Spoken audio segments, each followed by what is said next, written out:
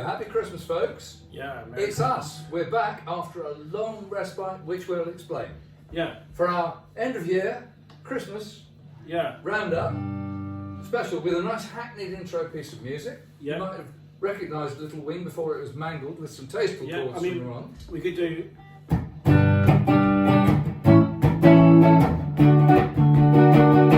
Feliz Navidad. Feliz Navidad. You know. That was Spanish. That was I'll say Feliciano. Was it? Who did Love. You know that whole Magic. Yeah.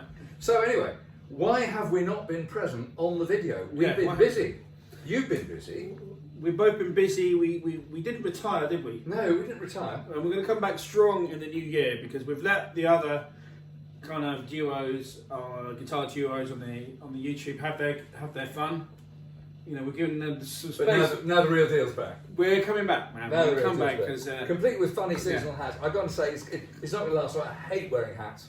I'm going to take, and also this is made of, you know, crystallized chip fat or something horrible. It's completely plastic. Lead lining. Oh, jeez, it's awful. Yeah. So one of the reasons that I'm kind of a bit chastised about us not performing is I went to do the guitar show at Aintree Racecourse recently up near Liverpool.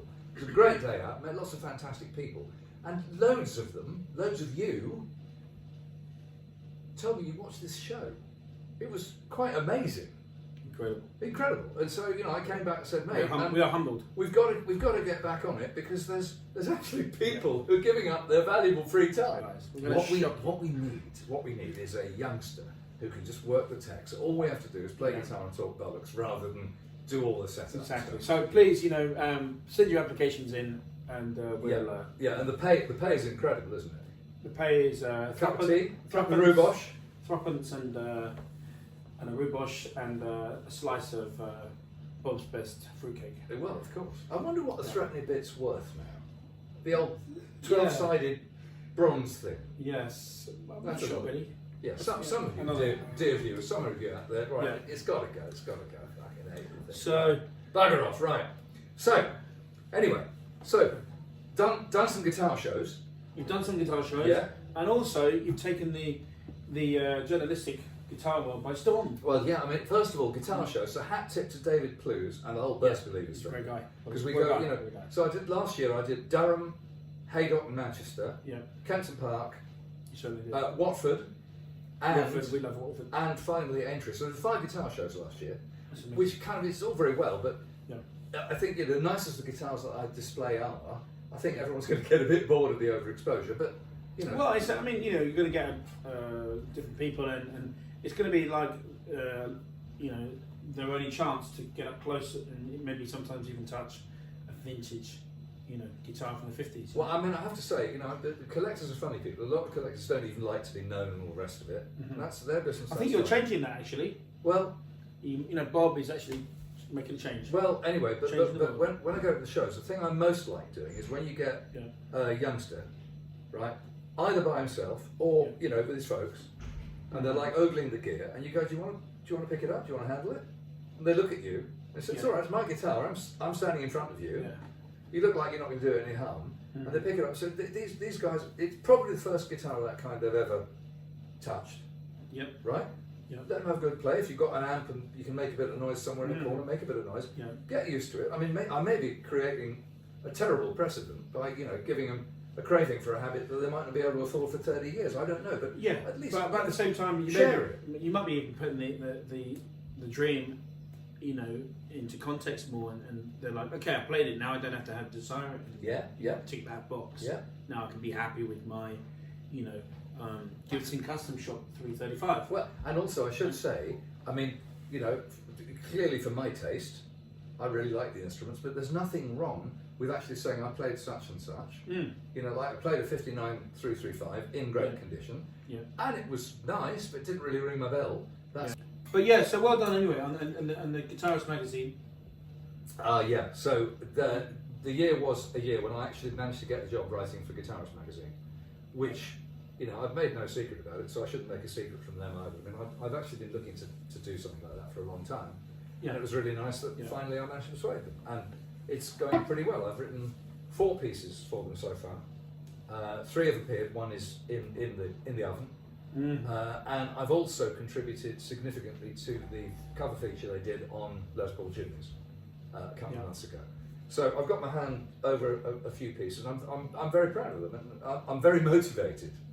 To keep doing that. I really enjoy it. And of course what happens is that this and the writing and the turning up at shows and all the general stuff and the gigging and a bit of gigging, it all kind of meshes a bit. Yeah, it's all part of your gig. But we should talk about gigs, shouldn't we? Because it's let's play a gospel tune because it's Christmas. Oh, and we're all religious. Hallelujah. You're religious, we're religious. I'm spiritual actually, you're religious, I'm spiritual. What is he going to drop on me now? I've got no idea what we're going to do here. What's happening? This is Revelation by our friend Rob. Oh, God. And Robin's living very close by here, isn't he? Reputedly. Yeah, he is. He's living in North London. He's with his lovely wife, lovely girlfriend. I think he's preparing for some touring work early next year. Yeah, I think he's already done a couple of gigs already. And I think he's playing a Custom Shop Strat. Is he? Yep. And I think he's also done some recording. He shipped over his Dumble. So I mean, like now the Dumble's in England. So he's in England. The Dumble's in England. His girlfriend's in England. Well, I hope he's enjoying it. Yeah. You know, I mean, he won't be enjoying the weather because the weather's a bit shite. But it's terrible. But you know, the rest of the place hasn't gone to the dogs completely yet. So I hope not completely, 99%, but not completely. But no, Robert. I mean, it must be. I mean, is Nashville that bad that he had to come to North London? They're eating the pets. They're eating the pets that belong to the people. I don't know. Let's play some God. Okay, well.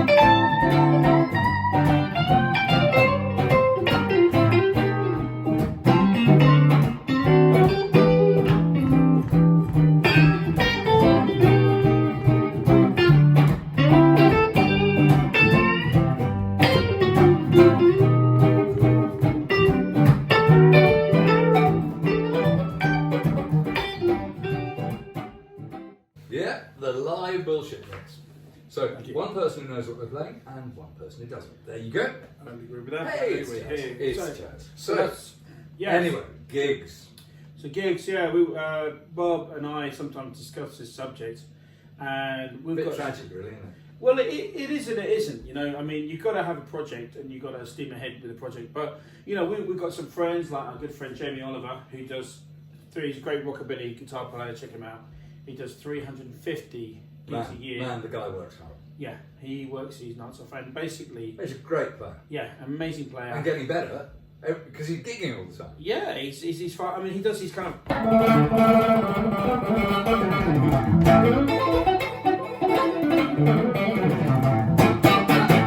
How did Lee at Woodstock, you mean? Yeah, he kind of does that. You know, real. I mean, better.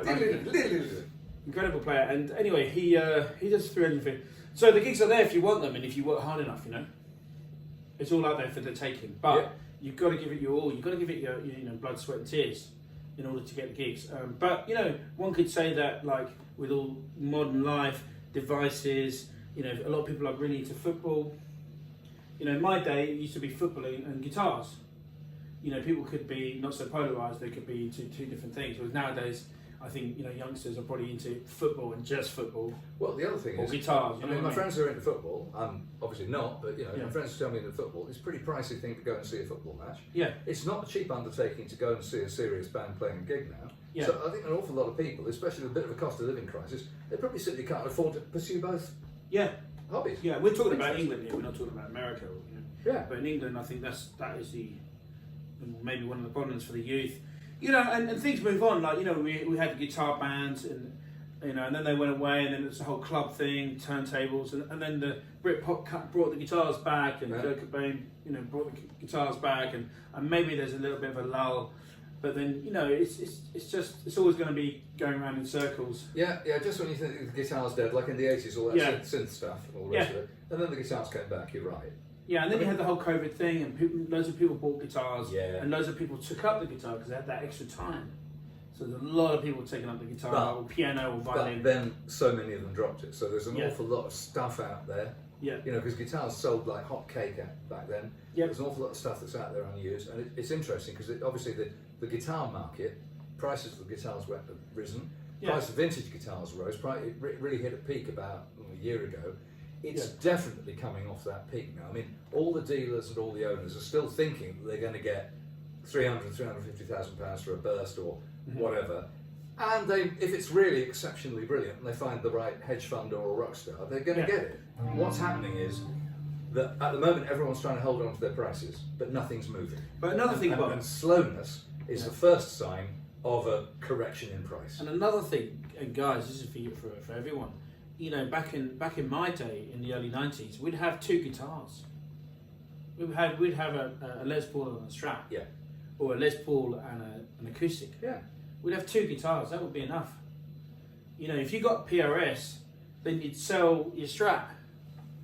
Because now you've got your PRS. Maybe you'd have a backup guitar, a telly or something, just in case you break the string. Mind you, there are a lot of people out there, probably some watching this, who are never satisfied with their guitar, with their tone, and they're constantly moving their guitars, they're flipping it, and they buy the next guitar, my PRS that's going to solve all my problems. 3 weeks later, they're back in the shop trading it for a Collins or a telly or whatever. But sometimes that's the fun. Sometimes that is the hobby. I mean, it's it is absolutely. But for us, that might seem maddening.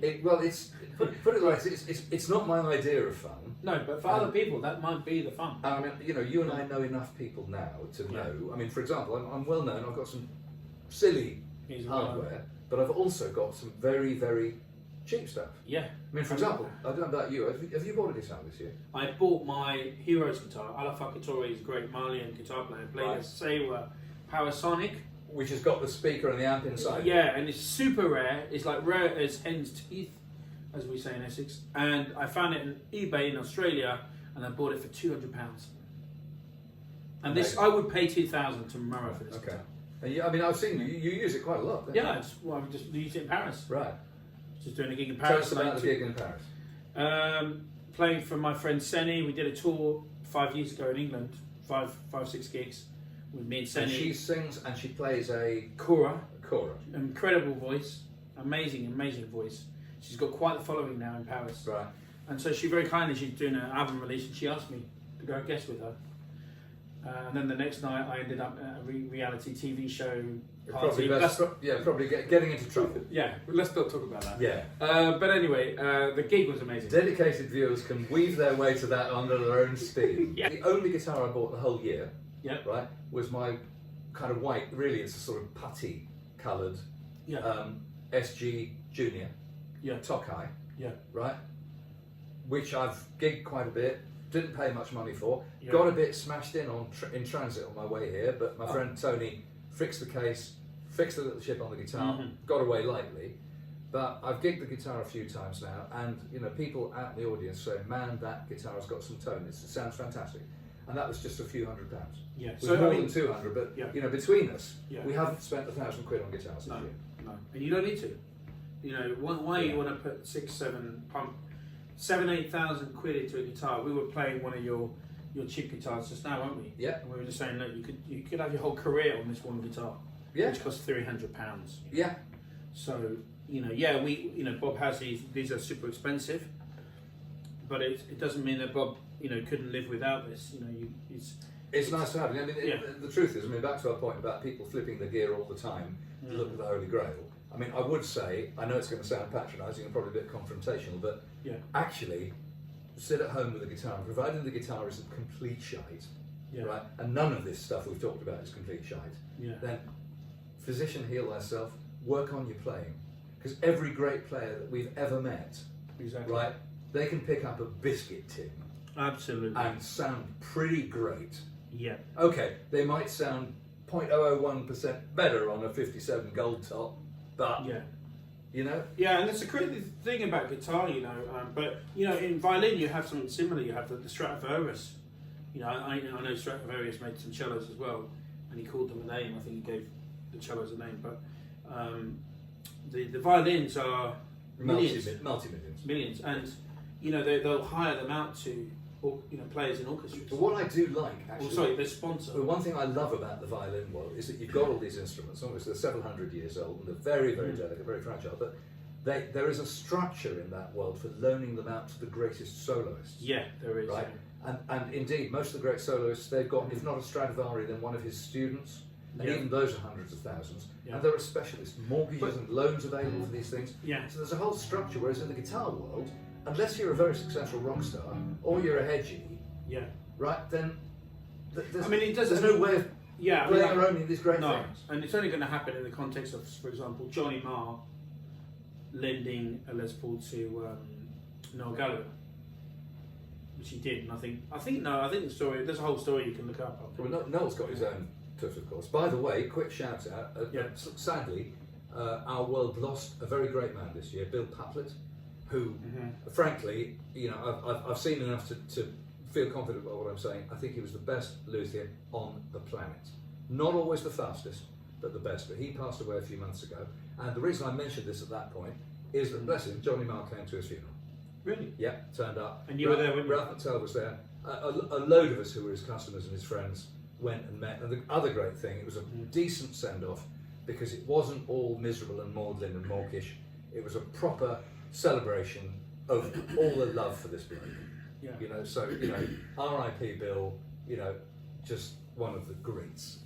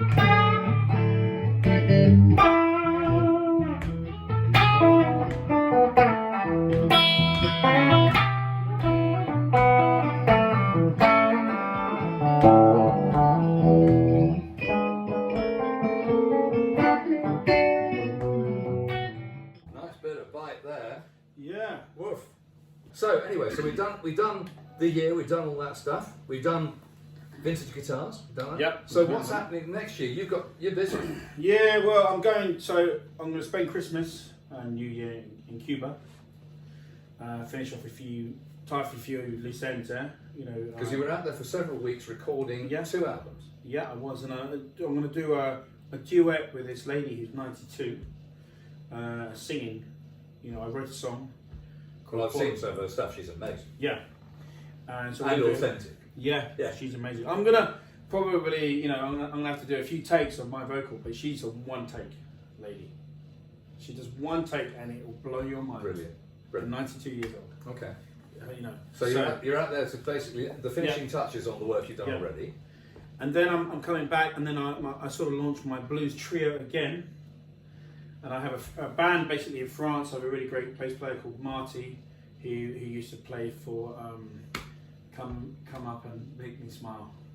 Oh, Steve Harley. He's a bass player for them. Yeah. And I've got an Italian drummer, Jim Paolo, who's a great drummer. I met him actually in Malta. He's now residing. They're both residing in France. Right, okay. So the idea is that they're kind of my European band, but we kind of focus more on Europe than England. Right. Okay. But I may bring Marty over. Well, it's not such a bad thing. I mean, there are more gigs out there. Well, as a whole, you know? Yeah. But I might bring Marty to do a gig with me in Stevenage in February. Right. So if anyone's around, Red Lion, Stevenage, I think it's the first Sunday of February.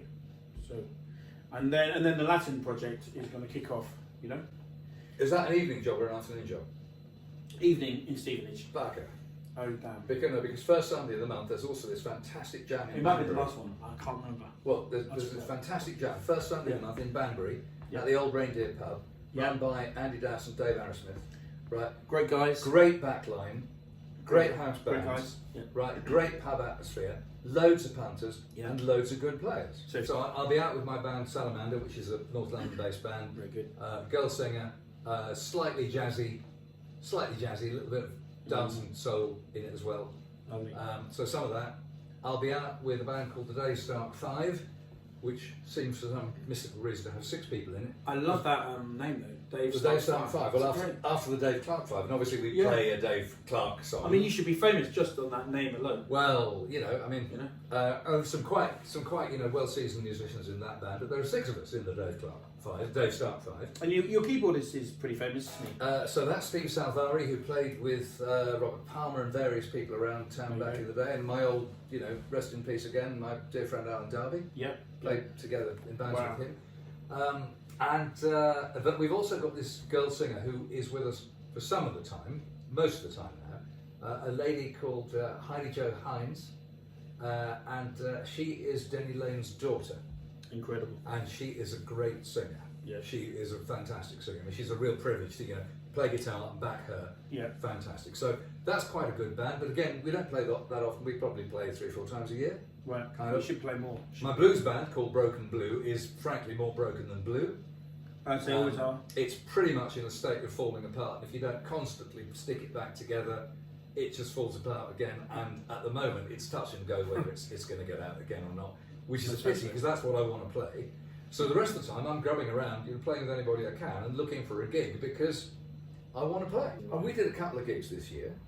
We did. Yeah, we did a couple. But I mean, in all honesty, we did indeed do some gigs. There's no shortage of our being able to do it. There just ain't many gigs. So, griping over, it just remains for us to wish you a very, very good Christmas and a very happy 2025.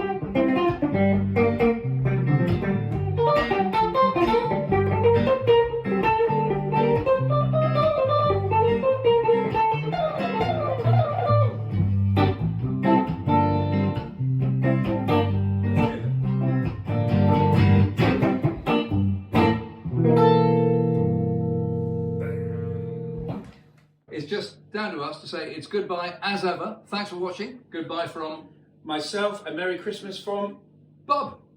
Happy days. See you next time.